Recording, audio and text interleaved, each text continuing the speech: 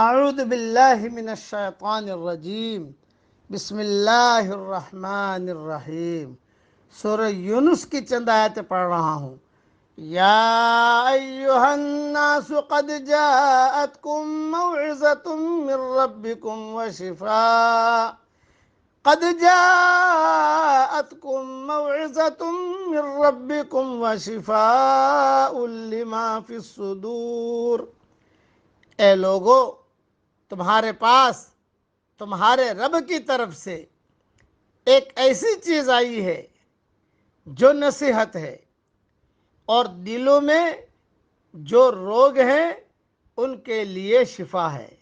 وَهُدًى وَرَحْمَةٌ لِّلْمُؤْمِنِينَ، اور رہنمائی کرنے والی ہے اور رحمت ہے ایمان والوں کے لیے۔ قُلْ بِفَضْلِ اللَّهِ وَبِرَحْمَتِهِ فَبِذَلِكَ فَلْيَفْرَحُوا۔ آپ کہہ دیجئے کہ بس لوگوں کو اللہ کے اس انعام اور رحمت پر خوش ہونا چاہیے۔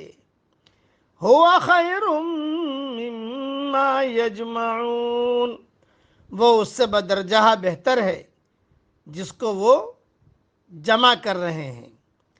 یعنی جو قرآن کو دل کی توجہ سے پڑھے، اس کے معانی اور مطالب پر غور کرے، اس کے لیے قرآن نصیحت ہے۔ وعظ کے اصل معنی ہے عواقب اور نتائج کی یاد دہانی، چاہے ترغیب کے ذریعے سے ہو یا ترہیب سے۔ اور واعظ کی مثال طبیب کی طرح ہے جو مریض کو ان چیزوں سے روکتا ہے جو اس کے جسم اور صحت کے لیے نقصان دہ ہوں۔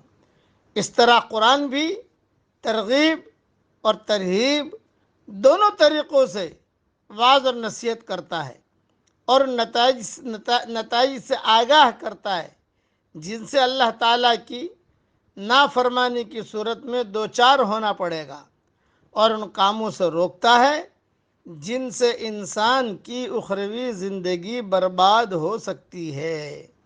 یہ قرآن مومنوں کے لیے ہدایت اور رحمت کا ذریعہ ہے۔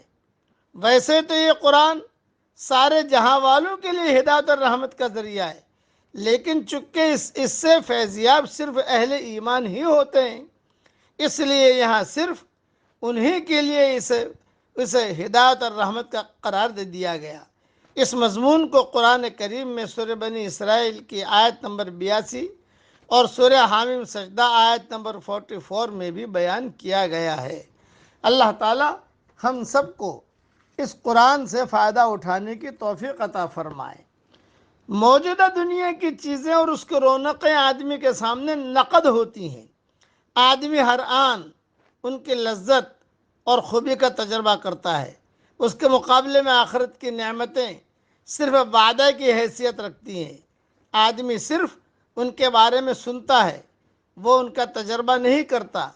اس بنا پر اکثر لوگ دنیا کی نقد چیزوں پر ٹوٹ پڑتے ہیں، مگر جو شخص گہرائی کے ساتھ سوچے گا وہ اس بات پر خوش ہوگا کہ خدا نے اپنی ہدایت اتار کر اس کے لیے ابدی نعمتوں کے حصول کا دروازہ کھول دیا ہے۔ خلاصہ کلام یہ کہ یہ قرآن ہدایت بھی ہے، رحمت بھی ہے، شفا بھی ہے، خیر بھی ہے، اللہ تعالیٰ کی رسی بھی ہے۔ جس نے قرآن سے اپنے آپ کو جوڑا وہ ہمیشہ کے لیے کامیاب ہو گیا، اور جو قرآن سے کٹا وہ اللہ رسول سے کٹ گیا۔ اللہ تعالیٰ ہم سب کو قرآن سے جوڑ دے اور ہماری نسلوں کو بھی قرآن سے جوڑ دے۔ آمین۔ وآخر دعوانا ان الحمدللہ رب العالمین۔